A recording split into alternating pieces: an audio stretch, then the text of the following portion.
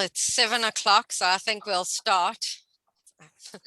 Good evening and welcome. My name is Maggie Shaw, and thank you for connecting to get to know your local business community. This is an initiative by the Lincolnton-Lincoln County Chamber of Commerce to spotlight one of our local businesses and trade professionals. Tonight, we will be spotlighting Double Branches Farm and Produce Market and interviewing Brian and Becky Tankersley. Our interviewer tonight is Gary Edwards. Thank you for joining, and everyone that's online, thank you too. Gary, over to you. Thanks, Maggie, and Brian and Becky, thanks for spending some time with us today. First, could you just kind of tell us something about what got you started in this line of work? Okay.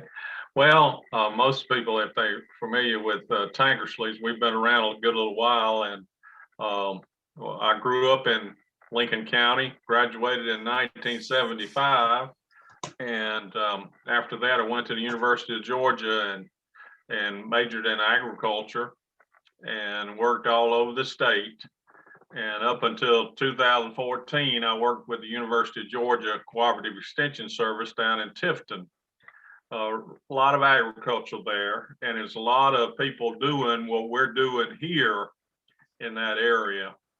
And so after 2014, we started looking at the possibility of moving back up here because, quite honestly, our children were in the northern part of the state.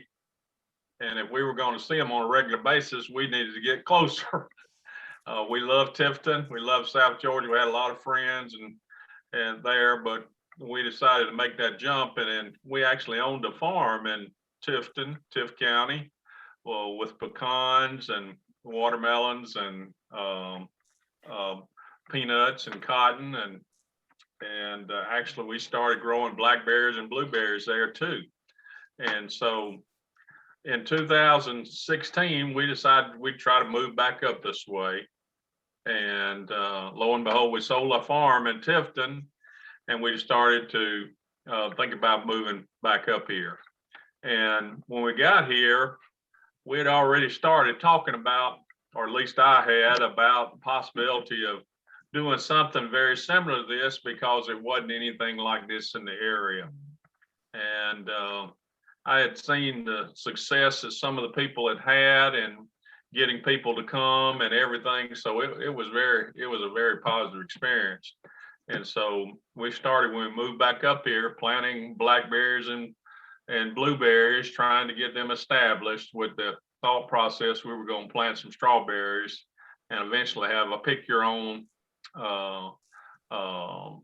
farm. And so that's kind of how it got started. And we've been really blessed. The good Lord has looked after us beyond measure. He's allowed us to learn a lot, and so it's been really good. And we do appreciate the opportunity to talk to the chamber and all the people that might watch this later on. Yes. Just sharing a little bit about our story and our farm. We're excited about it. Denise is on the line here with us and viewing, and her family.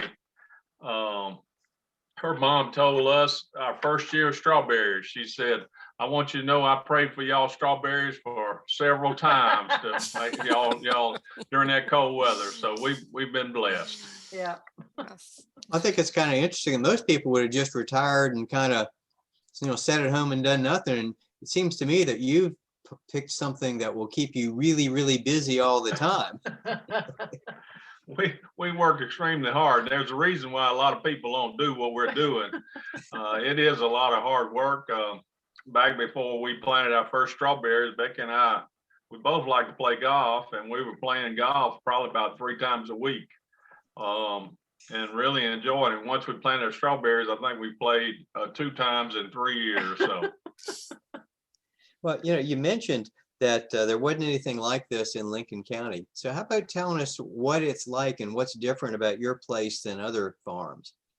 Okay, well, I guess from our standpoint, I don't know of anybody in the county, excuse me, that is growing strawberries on a pick your own basis. I know there's several people that grow strawberries for their own use and everything, but in terms of allowing people to come to the farm and pick them here. We planted enough to be able to do that. We also have the blueberries and blackberries. A lot of people grow small fruits and everything for themselves, but to have some that people can come out to. And we've just expanded it from a standpoint of trying to do a little agritourism, if you will. We try to, tell people about agriculture, introduce them to agriculture. And there's some other people that are looking at doing some things like planting Christmas trees and things like that. So I look for this to continue to grow around our community. So you said strawberries, blueberries, and blackberries. What else? Is that all you have, or do you have some more stuff? Well, those are the main berries that we grow, but we grow a tremendous amount of produce during the spring season, which our spring season that we're open is usually April, May, and June. And then we try to shut down in July and first part of August. And so we grow a lot of different vegetables, tomatoes, squash. Matter of fact, we picked our first squash here in the last couple of days.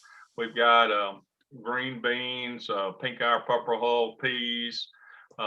We've got mostly all the main vegetables. We also tried to plant some cantaloupes this year, as well as sweet corn. And so we try to grow a lot of peppers. So we have a very good assortment of vegetables. Now, after we get through in the spring season, one of the things that's really unique that we plant pumpkins, and we sell pumpkins in the fall and allow people to come pick their own pumpkins. Most people like to come in and look at them already picked, but people can pick their own pumpkins. Last year, we grew 26 varieties of pumpkins. And so we were excited. And our biggest pumpkin day was August 29th last year. So people love those pumpkins. So is everything picked by your customers, or do you pick to order for some people? You want to respond to that? We do pick to order for some. In strawberry season, Monday is a good day if you want to have some pre-picked, because we're closed on Sunday. So that's a good thing. And if they call ahead, a day ahead or something, we can handle, pre-pick. But we have one part-time employee and us. So we try to go 95% you pick. And the vegetables, we go ahead and pick them, a lot of them, because they need to be picked and have them on hand for the people. But the people can also go ahead and pick vegetables if they want to do that. Mm-hmm. Or do you have regular open published hours or something like that? Yes, we're open right now. It's Monday through Saturday, 11 to 6. But the reason we do 11 is because the berries need to dry before people start picking them. But vegetables, you don't need that. So sometimes we'll open a little earlier with vegetables, maybe 10 o'clock, so they can come and get the vegetables. Now, do you publish those hours someplace, like on a website or anything? Yeah, we have Facebook, Instagram. Mm-hmm. Oh. And people don't need to make a reservation. They just look at your open hours and come on over. Well, at this point during the week, that's what we're allowing them to do. Saturdays is a little bit more hectic, so we like to have appointments, but we have a lot of just walk-ups, what I call them. Mm-hmm. And that's fine. I don't turn anybody away. Y'all have chickens or anything like that? We've got chickens that lay eggs on a daily basis, and we have some cows, and we have some horses that are here. Again, we've tried to expand a little bit in terms of trying to give people a farm experience. We have a playground that the kids like to play on, and we try to also one of the big things I think when you think about one of the positive things is having young families come out with their children and seeing them pick berries, seeing them spend time together. That's a very positive aspect for us. Yeah, your mention of agritourism really intrigued me. My perspective is that folks don't seem to know where their food comes from today. When you have people there are kind of on the agritourism side, what do you teach them?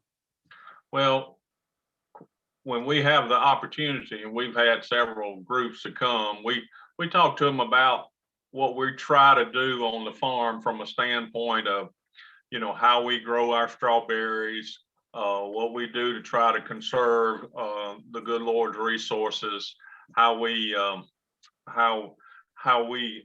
specifically try to, do things to increase our pollination, to encourage, our biodiversity, and we share those information with the children. For instance, a lot of times when I have the time, we'll talk to them about, that strawberry bloom that you see on that plant, it's going to grow and get to be a little strawberry, and point that out to them, and then talk to them about it takes 30 days from that strawberry bloom to get a ripe strawberry. And so we try to share that kind of information with them. How about the ones that don't see cows and horses or chickens frequently? Well, that's a lot of children that come out here, and a lot of young people that come out. They don't get to see those, but we talk to them, and from that standpoint, we try to introduce them to them in a way that's they'll have a positive experience. That's really neat. That really is. So, how do you price your stuff? Well, across the state, there's a lot of pick your own, and we had to do our homework on what other people are charging and that kind of thing. We know what our expenses are, and we know about things like that, but we try to be competitive with what other people are charging, and kind of basic on that. We also look at what people can buy stuff at the grocery store, and we know our stuff is as fresh as it gets.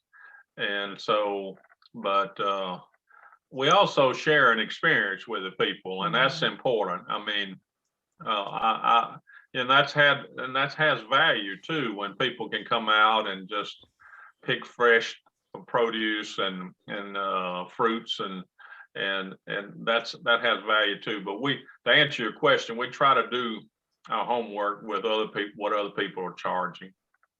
You mentioned the experience, and I remember being over there with Leadership Lincoln and doing it was essentially a hayride around the farm. Is that something you typically do? Well, we would like to do more of that, but last year when the pandemic started and everything, we had to limit our amount of exposure from that standpoint. And I think we did 1 or 2 hay rides last year, and it was with family groups and that kind of thing. This year we expect to do a few more. A lot of times when people come, if they come in groups, that's easy to line up a hay ride. But if it's just a family or so, it's kind of tough to stop what you're doing and do a hayride for a family. Yep. I was going to ask you, and you mentioned the virus. How did the pandemic over the last year affect your business? Well, March was when it kind of broke loose, and that's when we were getting ready to open. And so we went straight to appointment only. We had 30-minute appointments from 11 a.m. to 6 p.m. Monday through Saturday, and we were booked a month out. And it ended up being good on the strawberries because they were picked clean, and then they rested, and they harvested more than we had the year before. So it was, I think people were out of work and out of school, so they came, all March, April, May, June. They came and they stayed, and they, just really enjoyed being able to be outside and feel safe. So your business actually picked up during the virus? It did. Wow, that's great. It did. That is absolutely great. We had people that came out to our farm and said this is the only place they've been in 2 months.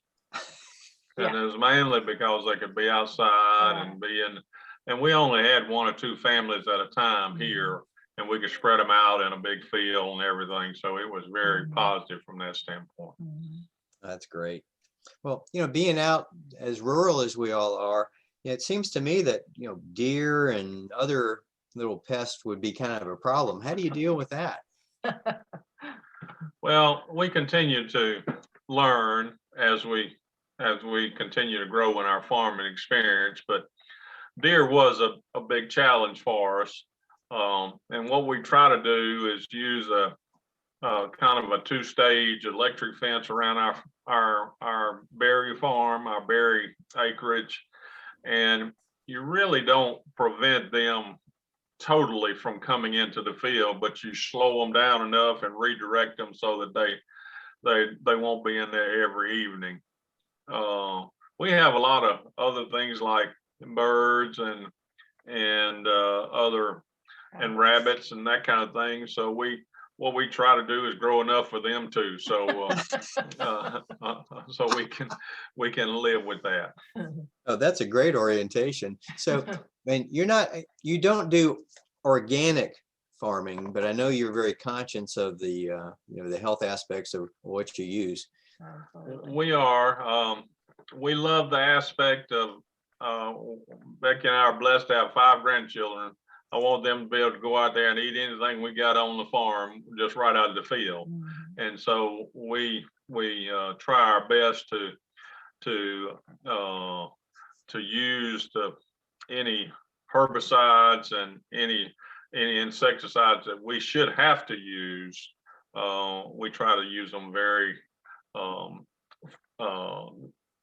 the least amount we can. And so for strawberries, for instance, we don't use any insecticides, we don't use any fungicides, we don't fumigate or anything like that. So we feel real strong about our strawberries. And our blackberries and blueberries, quite honestly, that's one of the reasons we chose them. You don't need a lot of things on that. I mean, usually those pests you mentioned earlier, like birds and stuff like that, are our biggest challenge. And you're on land that's either been or is very associated with your family for a long time, right? That's correct. When we decided to come back up here, my siblings and myself, we divided up part of my dad's farm, and my brother and I bought out our sisters, and so we've been on this farm, for years. You kind of like this house, don't you? I do. I do. It's my dad bought this house as part of a farm back in the 70s, and actually we lived on Ashmore Barden Road, but I had the opportunity to, since my dad owned the house, I had to keep the grass up. And when I was in high school, I'd mow the grass, clean up the yard before he sold it. And I said, this is going to be my house one day. That was back in the 70s. And lo and behold, when we sold a farm in Tifton, it came up for sale and we were able to buy it. Did you tell Becky that you said that? No. I didn't know it until we moved here. Wow, that's great. Well, the house was built in 1915, so it's been around a while. Yeah. Well, you've got a pretty unique background for doing this, given that your training is totally focused on this. So I wanted to ask you, are there some things you learned about setting up this business that other folks in Lincoln County or other businesses in Lincoln County could learn from? Yeah, I think, you just need to, we had some experiences that we witnessed when I was in a part of this extension service, and so we tried to apply all that information to what we were trying to do. There's a lot of ways, and I know a lot of people in Lincoln County, they have 10 or 15 acres. They want to know how they can generate some income on it. There's possibilities out there. And so it's just a matter of working that plan, feel something that you're very comfortable with. I mentioned to you that some people are, possibility planting Christmas trees. And we had a young couple that we know real closely. They came here and started a tree nursery, and so there's ways to generate income from that farm situation, from that land. And so you just have to work that plan, do your research, and we're blessed that the people come. They like to come to a place like this. So how many hours a day do y'all have to put in doing this? Well, in the day, when the days are long, we spend about 12 hours a day. Excuse me. But we have some times when we are able to do some other stuff. But during the season that we're open, April, May, and June, we spend a lot of hours out here on the farm. So how do you ever manage to take any time off? Well, that's one reason why number one, it's hot in July, and we try to get our produce in early so that we can take off in July some and have some downtime. Plus, we got to plant our pumpkins. But but anyway, we try to have some time where we can get away. But it's during the hay time, you got to make hay while the sun shines. So Guess that's why they say that, huh? yeah, that's right. Yeah. Well, you do live around the corner from a golf course. It seems like y'all might want to play golf a little more than you do. we got to see if we can work that out. We had a good time when we were playing more on a regular basis, but Now, you mentioned you had, I think, one part-time employee. Would you like to have more employees if you could attract them? well, we're in a situation where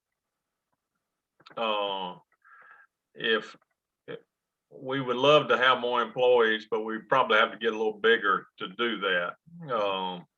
We try to run a balance for what we're trying to do between our two and what we can hire. And we usually hire part-time high school students and try to teach them again, teaching experience, but it also gives them a good experience here. And so if we wanted to hire some full-time employees, I think we could grow the business to do that, but we're not sure we want to do that yet. I mean, we kind of like it what we're doing now. Mm-hmm. Is the market such that Lincoln County could support more than one business like yours? I probably could. We draw people all the way from Loganville. We've had people from Atlanta.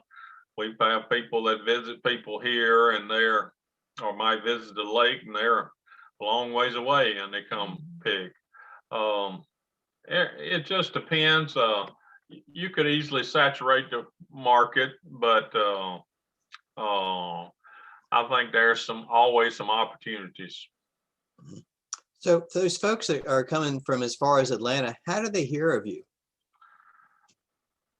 Well, we're on the Georgia Grown website, and people will type in, strawberry growers, and then all the strawberry growers in the state pop up, and then they decide, according to what we offer, where they're going to go. Last year, the reason we had people from that area was because they knew they could book an appointment and be the only one on the farm. And so they felt safe. Mm-hmm. And so they requested a 2-hour appointment, and that's what they got. So they were the only ones here for 2 hours. Yeah, safer than being in Atlanta. Yeah, and they came several times. So that was what happened last year. Each year, first year we learned a lot. The second year was COVID. Now we're in the third year. And this is maybe a normal year, but I don't know what normal is, so we're still learning that. But you know, we do have people from North Augusta, Evans, Harlem, Appling, Thompson, Washington, McCormick. They come and they've heard about us, and so. So it sounds like you're harnessing social media as well as the grower, Georgia Grown, to Yeah. let people know about your business. Yes. And what I realized this year was, you know, Facebook pops up pictures and reminds you of what you did a year ago. And some of it is picking strawberries at Double Branches Farm. And so they remember and they come back. We had a lady today who has an 18-month-old, and this child's first solid food was a strawberry last year from our farm. And she showed me a picture of the little baby eating her first food. And so it's things like that that are just really fun and special. Gary, I would say that 70% of our business is outside Lincoln County. Yeah. I mean, are people that live outside Lincoln County. So Mhm. we draw a lot of people in, which is good. I mean, hopefully they're stopping and, buying other stuff in Lincoln County. Right. And having grown up in Lincoln County and going to high school here and all that, then Brian, what do you see? What's your vision for the future of Lincoln County from where we are today? I think there's a lot of opportunity for Lincoln County. We have a tremendous amount of resources, and especially as you think about the lake, but we also have a lot of natural resources, including forestry and farmland. I think that's good. I do think that people are Columbia County is really growing, and people are reaching out into Lincoln County trying to come this direction. I see an increase in number of people that are moving into Lincoln County. I know every county has growing pains when they start growing, but hopefully we'll be able to, handle that growth in a very smart manner. I think we've got a great school system here in Lincoln County. I think that's very positive. And I do think we have a lot of potential in agriculture here in a lot of ways, as well as to take advantage of, our natural resources with the lake and that kind of thing. So would you recommend that a young person growing up in Lincoln County consider a career in agriculture? I do. There's lots of opportunities and lots of different jobs in agriculture. It's tough for a young person to start completely out from scratch and try to build a farm and live off that farm. It's really tough. There are opportunities out there, but again, that's tough. But there's a lot of ways that you can work in agriculture and learn and kind of grow into it. And I think that's what a lot of people have to do. Do you see any space for mentorship or apprentices in agriculture in Lincoln County? Well, I mean, we try to do some of that here in terms of helping, but there are some possibilities for those to happen if young people would be interested in doing something like that. We have a nice new agricultural center in Lincoln County, the Lincoln County Ag Center out at the recreational park. That's going to really offer some opportunities for educational training for people and those that want to learn more about agriculture, want to learn more about, doing stuff around their property or acreage.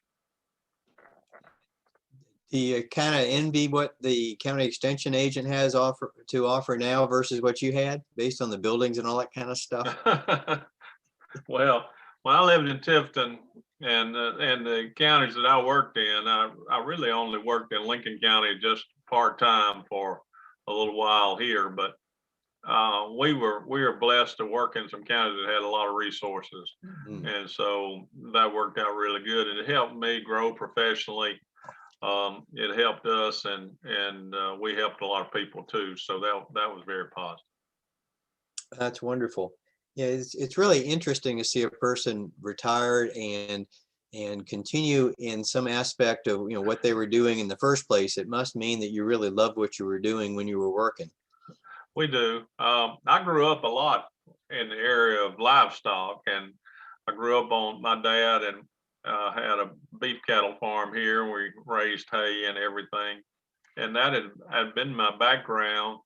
When I went back to Tifton, we really worked a lot with fruits and vegetables because in Tift County we grew like 48 different commodities.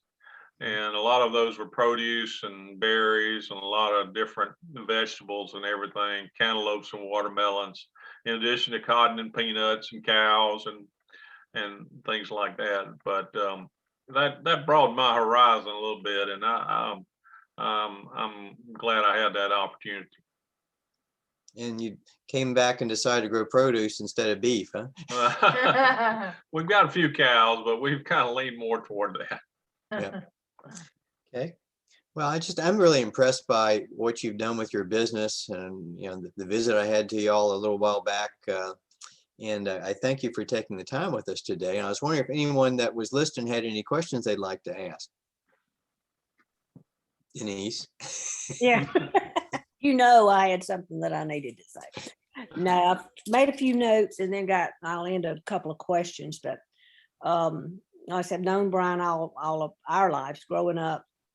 But the first time I heard him speak when he came back to Lincoln, when he and Becky moved back, you spoke about the possibility of agritourism and the family farms and things, that's possibilities in Lincoln. And I just admire you both. It is so wonderful to see something come to fruition that you spoke about, and you're just an excellent example for anybody in Lincoln that just loves what they do. The passion is there, it's obvious.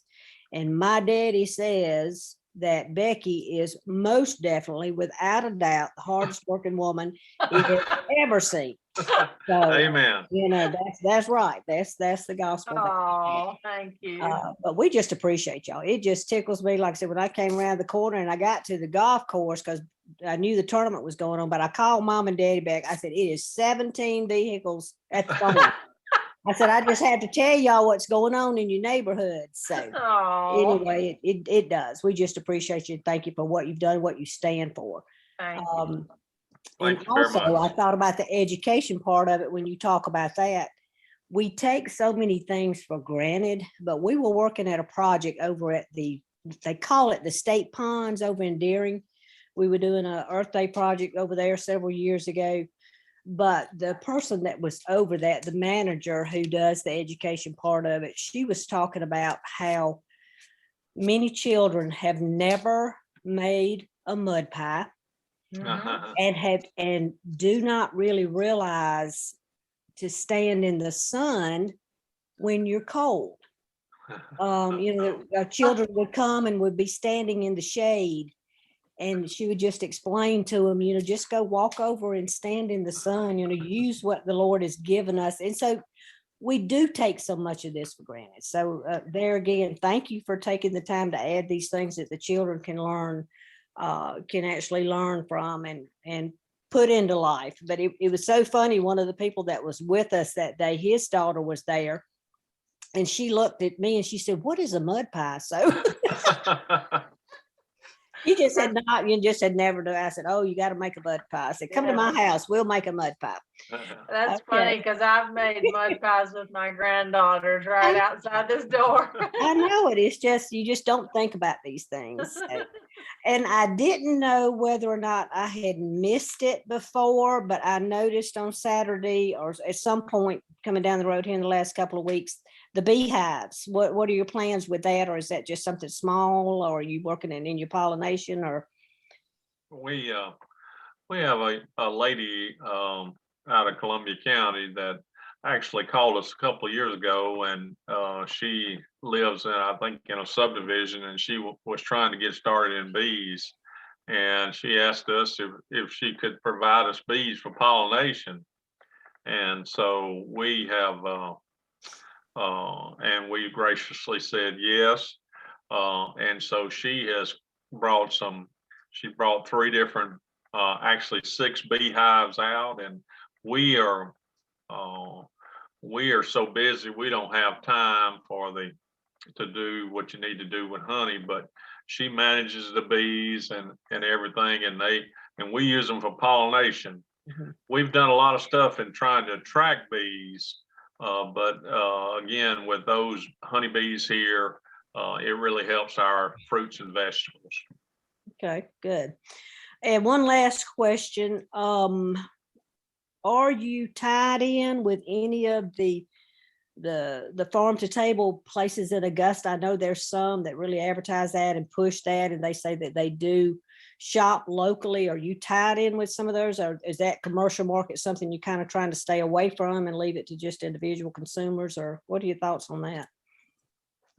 There's always some opportunities there. We have kind of, because of what we're trying to do with Pick Your Own, we've been trying to target our audience, those that come out here and buy it here at the farm, for them to take back home. We have had we had one person that had a farm stand that would actually come buy stuff here and take it to their stand and sell it. We've actually delivered some berries to the school. We sold some berries to the school, but again, there's some opportunities there. If some of my children down the road would like to be involved in this, I think there's a tremendous amount of opportunities for things like that. I got you. Okay, well, that's about all I had on my list. But again, just thank you so much. We love y'all. Just so proud to have y'all back in the community, or had Brian bringing Becky. So we appreciate you. Thank you. Denise, I think that added a lot to the presentation. Sounds like we have a symbiotic relationship between the beekeeper and you all.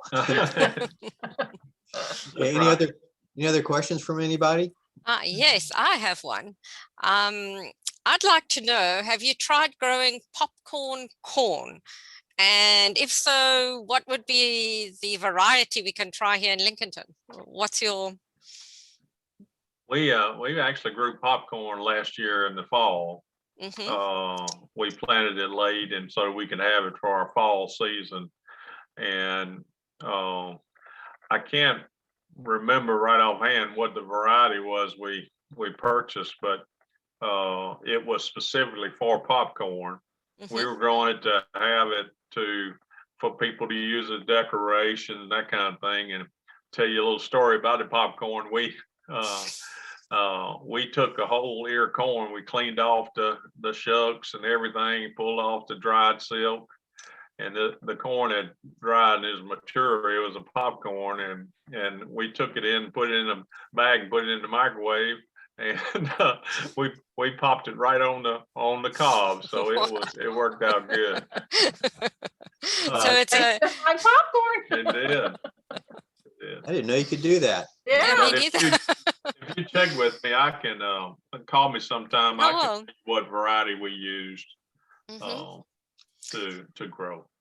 Well, I must admit, I've been to your farm and I've picked the blueberries, and we love them. And I definitely love the strawberries. My husband and I are still eating them. They are delicious. Another thing, you want to say something about your beautiful garden that you have in your background? Well, we like we shared with you earlier, we realize it's important to be good stewards. And part of us being good stewards and conservation is trying to attract pollinators. About probably 60 to 70% of everybody's food is generated because you have pollinators, like bees and everything, that butterflies and things that pollinate the fruits and vegetables. And so the importance is there. And so we try to attract those. We planted wildflower plantings in several locations to try to attract natural pollinators. We're proud to have the honeybees here, and they're very important to us, but we need the other pollinators here to help with our pollinating of our fruits and vegetables. And so we try to do our best to to maintain that and help with that. Right. And how long did it take to grow from, like from the ground until you got all those flowers? Because I've tried growing, but I'm not that successful. Last year we planted in the spring, and by early spring and by early summer, we had a lot of pollination flowers and everything that were growing to attract pollinators. And the thing about it, they stayed all the way to late fall. And so it offered a source of attraction for pollinators throughout the whole summer. And when we grew the pumpkins, of course, need pollinators there, so that worked out too. We also try to grow sunflowers, try to, again, to attract pollinators, and so we try to do what we can with that. Okay. Thank you. That's all from me, from my side. Gary? Yeah, well, great. I'm just so impressed by how everything comes together with the way you grow things and have a reason for each of the pieces of it. And you're such a credit. You've done such a good job with it, and it's such an asset to Lincoln County to have you here. So I thank you for spending some time with us this evening. You're a wonderful subject to talk to. I've really enjoyed it. And I also thank Denise for her insightful questions. And Maggie, thank you for letting me be a part of this. No, thank you all for for joining in. I think it makes it special, and hopefully everyone will enjoy it later. Thank you. Thanks so much. Thank Thanks you. again. Oh, good Good night, night. everybody. Good night, everyone. All right. Good night. Good night.